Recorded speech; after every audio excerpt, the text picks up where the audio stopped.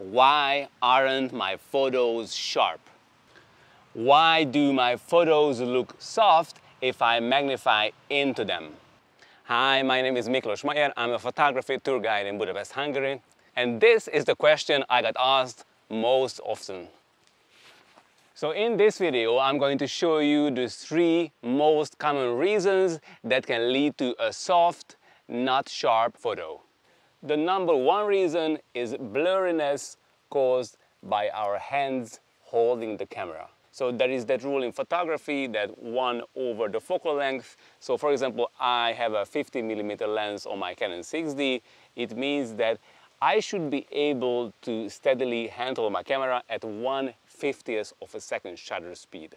So in this case, 1/50th of a second is the longest shutter speed that I can safely handhold. However, if you have an image stabilized lens or image stabilized sensor, you might be able to handhold much longer shutter speeds. You might be able to handhold twice as long, 10 times as long, or even 50 times longer shutter speeds than this rule. For example, here I shot with an 85mm stabilized lens and I was able to handhold half a second long shutter speeds and the images were still sharp. However, this rule is only true if we are holding the camera right. So with my left hand, I'm holding its weight, with my right hand, I'm holding the grip, and I push the whole camera onto my face, onto my eyes. This is the way, mosquitoes. So this is the way with which we can handhold this long shutter speeds. So how can I recognize if I have this kind of blurriness on the photo? I have the 50mm lens on the Canon 6D. I'm going to take a shot here. And now it's 1/8 of a second and you can see that although the photo looks sharp, every pixel is smudged into one direction. So in this case, I will need to use a lot shorter shutter speeds. So I'm going to have wider aperture like f4 and I can also increase the ISO. And now this photo is 100% sharp because I use a much faster shutter speed that I can safely handhold with this lens. So what can I do if I cannot make my aperture wider or I just simply cannot raise the ISO even higher up? Well, in this case, I have no other option but to put the camera onto a tripod. And this way I can use as long shutter speeds as I want to. But it's not only our hands that can make the photo blurry, but also fast-moving subjects. So for example, when shooting sports, wildlife, or simply just fast-running kids, you may want to use much faster shutter speeds so you can freeze them in the movement, in the moment. So how fast shutter speed do you need to freeze your subject in motion? Well, this really depends how fast they are moving, what kind of lens you use, how much the subject freezes the frame. So I recommend that you experiment with different settings and see which one works best for you. So how can you recognize this type of blurriness? You can see on this photo that the surroundings, the not moving parts are perfectly sharp, but my running son completely blurred in here because the shutter speed wasn't fast enough to freeze him in the air. But on this photo you can see that the 1/800th of a second shutter speed was fast enough to freeze my girlfriend in the air. And the second most common reason for not so sharp photos is simply not using the right aperture. So for example, with very wide aperture lenses like this 50mm f1.4, with older lenses like this, if I'm using a too wide aperture like f1.4 or f2, even if the image is 100% focused, you see it's not as sharp as it could be. You can see that it seems soft, it's less contrasty, but once I stop it down above f2, f2.8, it's sharp. Luckily for most newer lenses, this is not an issue, so they are usually sharp even at their widest setting, but it's generally true for every lens that they have a range of apertures where they are the most sharp. And it's also true for every lens that if you go to a too narrow aperture like f16, f22, f32, there comes diffraction, which makes the images much less sharp. So diffraction occurs when you have a very narrow aperture and the light is passing through a very tiny hole, and the light is not just being concentrated, but it's also scattered around. And this makes the image quite soft. You can see that it's in focus, but it somehow lacks that sharpness. It's generally true that most lenses have their sweet spot for sharpness around f8. So if you are shooting landscapes or street photography, and if you set your lens to f8 aperture, you are probably at a good spot.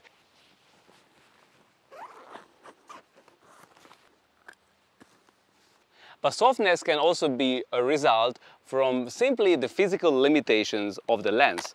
So for example, if I put on my 70 to 200 millimeter f4 lens, I noticed that this lens is very sharp at 70 millimeter, even at f4, so its widest aperture. It's really sharp, even in the center and going towards the edges. But if I zoom it to 200 millimeters, it's much less sharp, even at f4. But even if I stop the lens down, it's slightly less sharp than at 70 millimeter setting.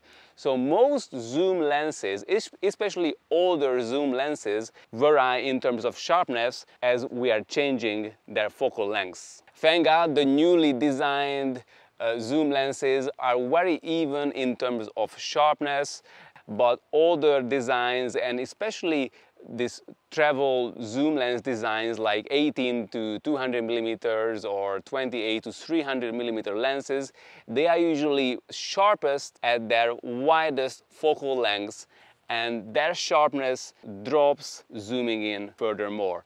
So at their long ends, zoom lenses are much less sharp. So which aperture and which focal length setting gives us the best sharpness?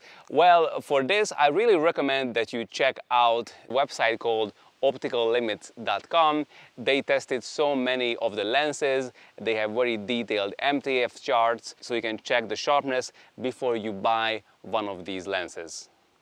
And I've left the third, the most annoying reason for soft photos, and this is when the focus shifts from the subject. In other words, when the subject is not properly focused. For example, this can easily happen if you are using one-shot or AF single autofocus mode, and you focus and then you recompose your shot and your subject moves a little bit forward and backward, and you immediately have the focus shifted off from the subject.